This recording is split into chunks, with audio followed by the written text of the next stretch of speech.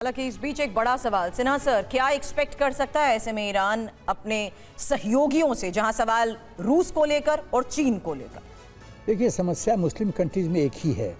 आप इनको बैटलफील्ड में हरा दीजिए, कमज़ोर कर दीजिए, इनके मिलिट्री बेसिस उड़ा दीजिए, इनके मिसाइल सिस्टम ख़त्म कर दीजिए, एयर डिफेंस बर्बाद कर दीजिए। इनकी सोच है कि अगला को death to Israel, death to America. ये जो सोच है, ये खतरनाक सोच है, और इस सोच में जब तक परिवर्तन नहीं आएगा तब तक शांति नहीं हो सकती है।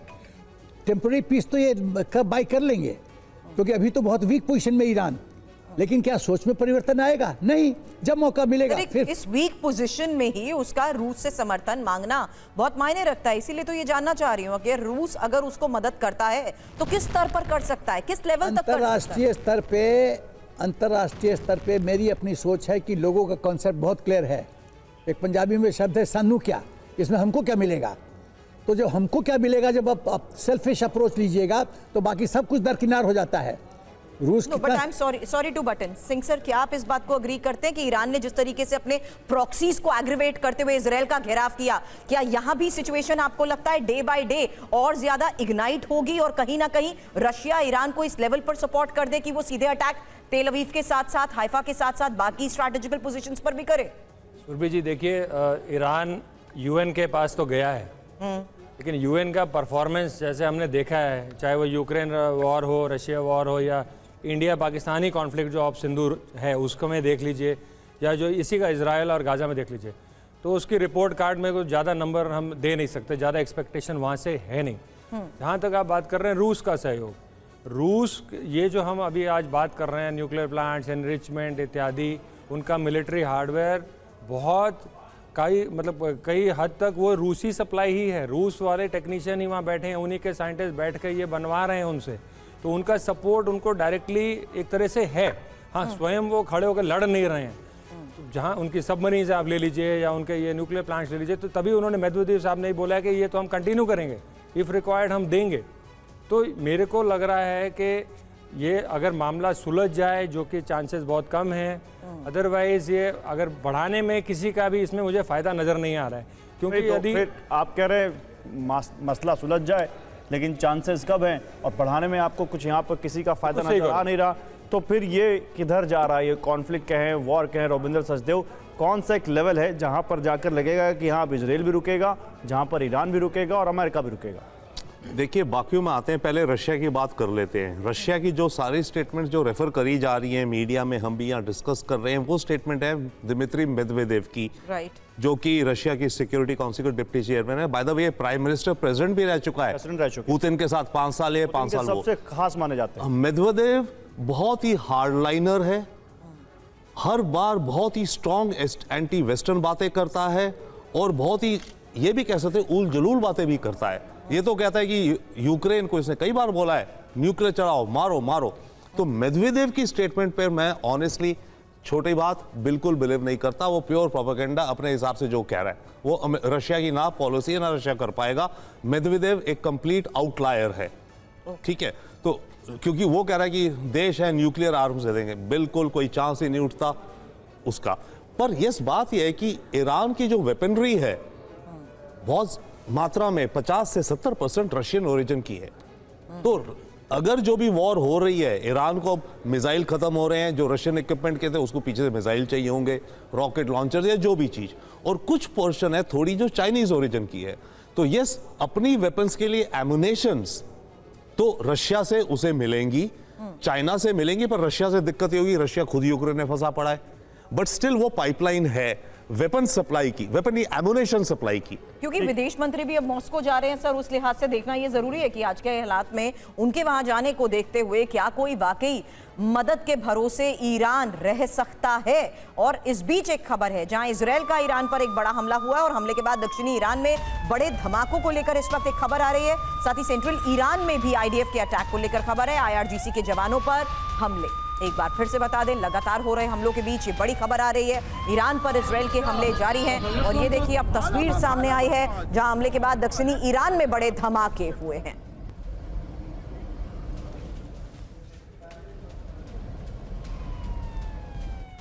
और ईरान पर इजराइल का विध्वंसक हमला जारी, ईरान के अहवाज में सैन्य ठिकानों पर हमले हुए हैं। हमले के बाद सैन्य ठिकाने में आग लग गई। तो अहवाज इलाका है ईरान का जहां पर उसका मिलिट्री बेस था और वहां पर इजराइल ने अटैक किया, जिसके बाद देखिए कितना भयंकर ये धुआं, कितना भीषण हमला रहा होगा। जिसके बाद आप धुएं का ये गुबार देखिए, इंटेंसिटी देखिए, इससे आप अंदाजा लगा सकते हैं कितना बड़ा अटैक इजराइल ने किया है अहवाज में इस मिलिट्री बेस पर। और अब एक खास रिपोर्ट। ईरान के साथ पाकिस्तान हमेशा मुस्लिम ब्रदरहुड वाला रिश्ता निभाने का दावा करता रहा, लेकिन जब मौका आया तो उसने अपनी असली फितरत ईरान को भी दिखा दी। आखिर क्यों कहा जा रहा है कि पाकिस्तान ने ईरान के साथ बड़ा धोखा किया है और पाकिस्तान को ईरान के साथ ये विश्वासघात क्यों करना पड़ा, देखिए इस रिपोर्ट में।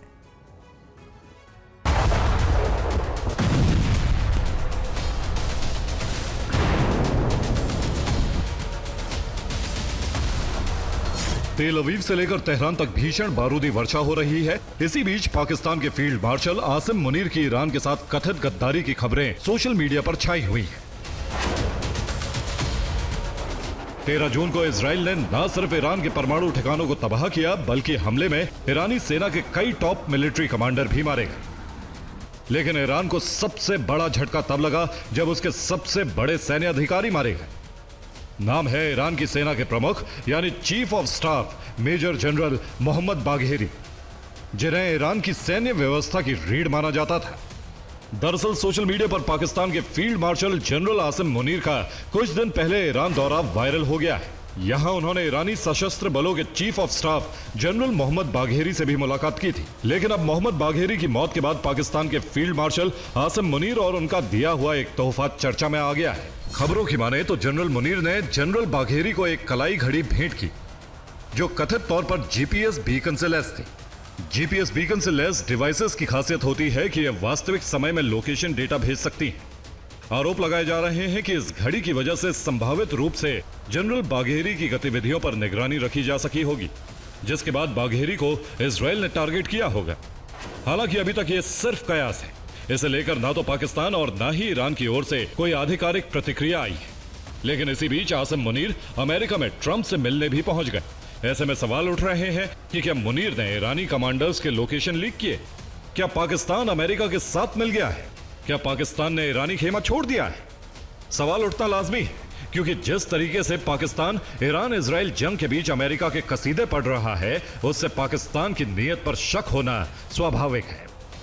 Bureau report, TV9 Bharatvarsh. और ट्रंप के साथ मुनीर का लंच और ईरान पर हमले का कनेक्शन, क्यों हम ये कह रहे हैं सुनिए। 18 जून को ट्रंप और मुनीर की मुलाकात हुई। ट्रंप ने कहा ईरान के मुद्दे पर चर्चा हुई।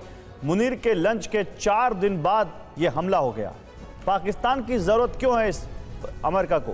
पाकिस्तान और ईरान का 900 किलोमीटर लंबा बॉर्डर है। पाकिस्तान बॉर्डर से ईरान पर हमला आसान है। अमेरिका को एयर बेस सपोर्ट भी मिलेगा, लॉजिस्टिक सपोर्ट, ड्रोन ऑपरेशन भी संभव है। इंटेलिजेंस नेटवर्क से अमेरिका की मदद होगी। क्वेटा, तुर्बत में अमेरिका बेस बना सकता है। लेकिन अमेरिकी हमले के बाद ये क्या पाकिस्तान से कनेक्शन इसका जोड़े? जनरल सिन्हा, आपको लगता है कि पाकिस्तान ने फिलहाल जो अटैक हुआ उसमें कोई मदद की होगी?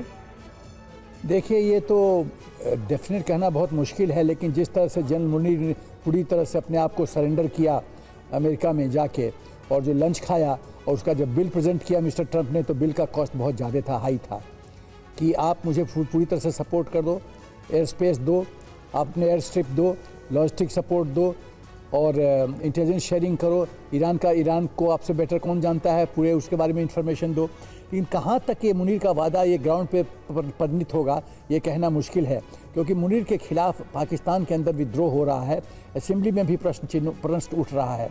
तो जितना वो पाकिस्तान को मैं रिपीट कर रहा हूँ, जब मुनीर पाकिस्तान को बिट्रे करके वहाँ अमेरिका में ये रोल किया है, क्या मुस्लिम ब्रदरहुड पे उन पे प्रश्न नहीं उठेगा? क्या मुस्लिम कंट्रीज उन पे थू नहीं करेंगे?